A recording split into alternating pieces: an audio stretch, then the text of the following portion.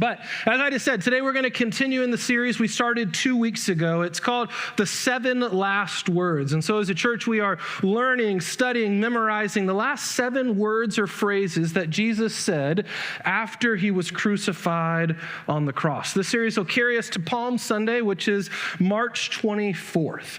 A small side note, that is our Easter cantata that day at the 11 o'clock service. We'll have a huge choir, instrumentalists, and it's a great performance that day to really get you in the mood for Holy Week and Easter. So even if this is your regular service, maybe you'll want to come see the cantata that day as well. It's really going to be spectacular.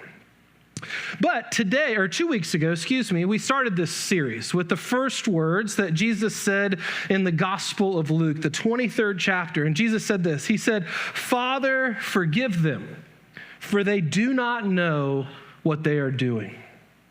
And in that sermon, Reverend Yvonne Gonzalez from the General Commission on Race and Religion, he preached a powerful sermon. And he talked a lot about forgiveness, but specifically self-forgiveness. Self-love, and how then we can't really love others well until we have forgiven and loved ourselves. And so if you're somebody who struggles with forgiving yourself for something that you've done or forgiving others, or you struggle holding a grudge, I maybe encourage you to go back and watch that sermon. It really started us off in the right direction in this series. And then last week, Pastor John Fulcrod preached another powerful message where we studied the words that Jesus said to one of the criminals that was crucified next to him. You remember, Jesus was in the center and there was a thief, a bandit, a criminal, a rebel on either side of him. And when Jesus uttered those words of forgiveness against those who had done unthinkable things to him, we thought, one of the thieves thought, there's no way this man is guilty. He must be who he says he is. And he looked over to Jesus through his own pain and he said this, "Jesus, remember me when you come into your kingdom." And Jesus' response is one that Christians have clung to for the last 2,000 years. Also in Luke 23, Jesus said, "Truly I tell you," read this last part with me, "today you will be with me in paradise." Isn't that good to say out loud? Isn't that good to hear said by so many people sitting around you? Because what a promise it is. What a holy gift it is. That's why we sang that song, Holy Roar. This is the type of news we need to be preaching and sharing and being reminded of all the time, because that is good news. You will be with me in paradise. You see, the central reason we're studying the last 7 words and figuring out what they mean for our lives, the author of the book, Reverend Susan Robb, says it perfectly. I've put this on the screen. She says this, "Though Jesus' dying words from the cross are few, they reflect the same tenderness, the same compassion, the same forgiveness, the same unconditional love, the same giving of himself, the same faith and trust, and the same desire to welcome everyone into his kingdom as his actions exhibited in his life." She continues by saying, in the midst of unimaginable cruelty and taunting, Jesus offers forgiveness to his persecutors and even to his killers. That was week 1. In the midst of his suffering, he offers a human cry, what we're studying today. When we follow it to the end of its scriptural conclusion, it leads us to things like reassurance, hope, life, and joy for all of humanity.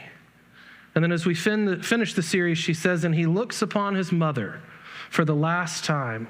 He calls her and all of his followers, as he's still calling us today, into new community, a different way of understanding family. And as his final breath as a human, he trustingly gives himself back to the one who breathed life into the first humans.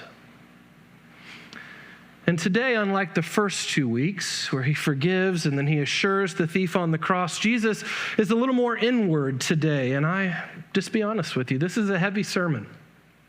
And we're all going to have to be a little brave this morning. But with God's help, we will get through it and we will understand why Jesus said what he said. Our scripture this week is from the Gospel of Mark, leaving Luke and going to Mark, the 15th chapter, starting in verse 25. It's on the screens. It says, "It was 9 o'clock in the morning when they crucified him. The inscription of the charge against him read, 'The King of the Jews.'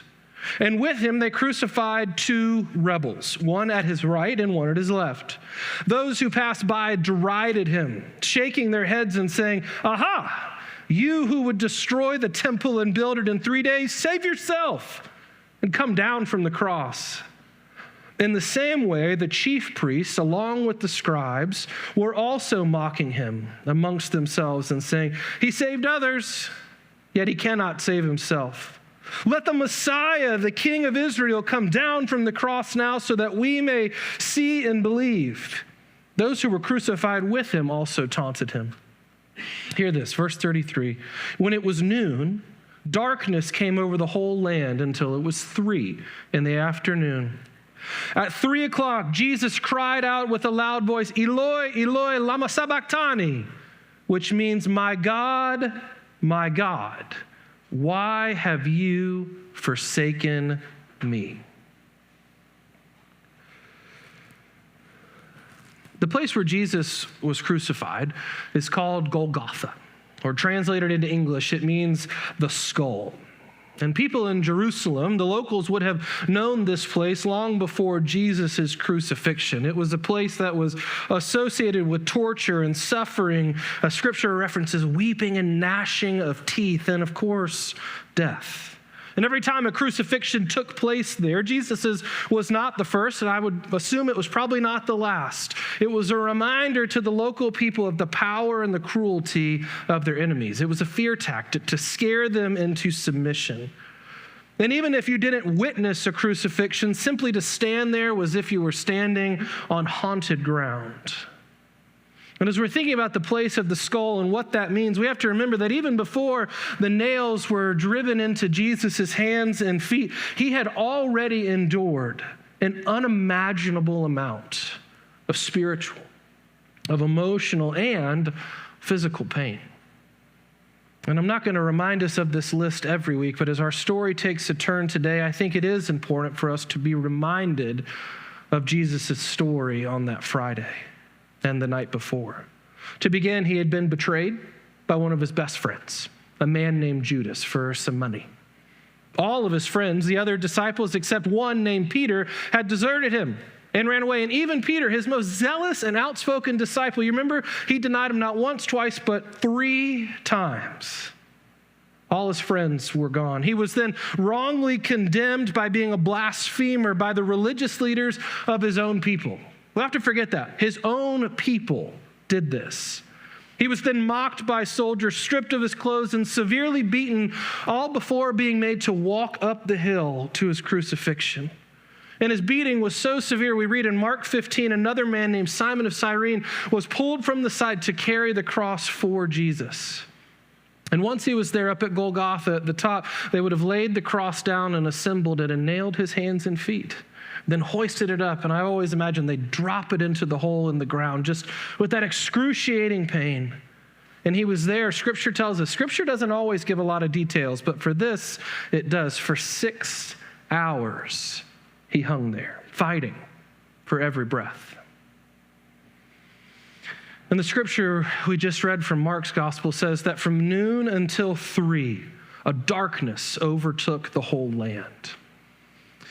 Now, I want to connect it back to a few other times in Scripture we read about this concept of darkness. I think the first one that would come to our minds is that in the very beginning, before God created, it says there was like a dark and a void until God spoke light into being. And we also remember Jesus is called the light of the world. Make that Old Testament and New Testament connection. But when we also think about darkness, you remember several months ago, we studied the book of Exodus and Moses and the 10 plagues. And one of the plagues that God sent over Pharaoh and the Egyptians was the plague of darkness. And then a third example of darkness is from the prophet Jonah in the Old Testament. If you grew up in Sunday school, you probably remember the story about where he tried to run away from God. And then we all got told, don't you run away from God. And we're like, is a huge fish going to come eat me too? And we left Sunday school terrified, right? That's how it went. But it's this story about how he runs away from God. The big fish swallows him up, and he's in darkness for 3 days before he's spit back out on the shore. Can you think of another story where there was 3 days and then someone comes back to life? And yet I would suggest in this darkness from noon until 3 on a day we called Good Friday, in the worst hours of Jesus' life, I would suggest maybe the worst hours in all of human history, Jesus does something that perhaps only Jesus would do in that moment. He prays. And that's what these next series of words are. You see that phrase that I said, Eloi, Eloi, lema sabachthani, it's Aramaic. That's Jesus' native language. And Matthew and Mark translate it to mean, my God, why have you forsaken me? And that's actually not the first time it's spoken in Scripture. It's actually spoken for the first time in the Old Testament, in Psalm 22, when King David wrote those words. So in that moment of desperation, Jesus was reading Scripture. Jesus was praying the words that King David had prayed as well. But what's interesting about this moment on the cross, maybe interesting is not the right word, but Jesus' prayer in this moment appears to have gone unanswered. Just hours before all of this occurred, it's important for us to remember Jesus was washing his disciples' feet, creating Holy Communion that we're going to celebrate in a minute. And after all that was done, he went out to the Garden of Gethsemane, the Mount of Olives, and he asked his disciples to stay awake and to pray with him. And remember, he called out to God. And this is verse 35. It says, and going a little further, Jesus threw himself on the ground and prayed that if it were possible, the hour might pass from him. Jesus said, Abba, Father, for you all things are possible. Remove this cup. Another word for cup could be like burden or responsibility. Remove this from me, yet not what I want, but what you want. And it seems that not even 24 hours later, as Jesus was hanging on the cross, the cup, the burden, the responsibility, even though Jesus had asked for it, had not been removed from him. Instead, suffering and pain have become his unwanted companions, and Jesus himself feels forsaken by God, and he moves to a very intimate name for God, which is Abba. It's almost like, Father, Dad, help me.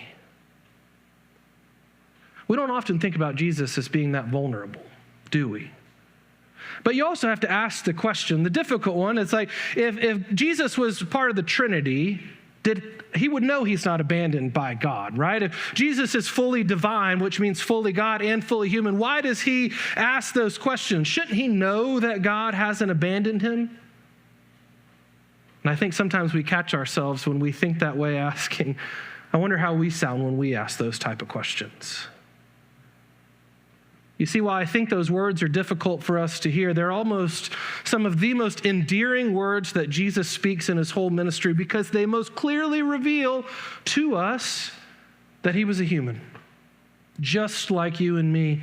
And in this moment, it's revealed to us not in that he simply walked the earth and needed to sleep and eat and have meals and have shelter, but instead he shows us that he felt what each of us feels at some point or another in this life. Maybe you're feeling it this morning. Jesus is experiencing humiliation, betrayal, pain, suffering, abandonment, and even God forsakenness. And so that's why I encouraged us at the beginning of the sermon. I encourage you now, lean into these words in this season of Lent, because what's so important, we could look right over this if we read these words too quickly, is in this moment of extreme suffering, Jesus does not deny God's existence. Jesus doesn't just say, well, forget it. If you're not going to help me, if you're not going to do what I want you to do, then I'm not going to believe in you anymore. Instead, Jesus turns towards God. And he asks God for help. And he says, God, if you're there, would you be with me? And I wonder if in your own life or someone that you're close to, if they've ever uttered this thought or this sentiment, perhaps after an unwanted medical diagnosis where the whole life would be changed ahead of you, after the betrayal of your best friend or maybe even your spouse, maybe amid the throes of debilitating pain, maybe after some kind of senseless tragedy, you've said, my God, why have you forsaken me? Where are you? In the time I need you most, where are you? And it's okay to feel these things. I know that I have. It's been a very recent feeling for me. I know it is for so many others sitting here as well. But what I have learned and what I have been told by so many others that are far wiser than I is that this type of thing is simply a part of the human condition. Experiencing times where each of us feels God forsaken is unfortunately a part of what it means to be human. And I think that's why Jesus utters these words of despair from the cross, because he knows despite his suffering, despite the trials he is experiencing, the cross does not get the last say on his life. And the good news is, for those of us who put our hope and trust in him, the cross and the death does not get the last say on our lives either. Jesus knew what the end of the story would be, and we can have hope because of Jesus Christ. We know what the end of our story will be as well. We don't always get to control what happens in the in-between, but we know what the destination is. And so when things get difficult, these words remind us that we have not been forsaken. We are never alone, that God is always with us. And somebody told me this, and I have clung to it so deeply. It says, in these moments, we may feel abandoned, but we are never alone. Because in the midst of our suffering and in the midst of these trials, we can be assured that God and Jesus Christ is with us. He hears our cries. He walks with us through the darkness, and he is leading us to light and to victory. On the other side of Good Friday is always Easter Sunday. There is always resurrection and the promise of life and life eternal. And so, my friends, I say to you today, thanks be to God, who has not and will never forsake us.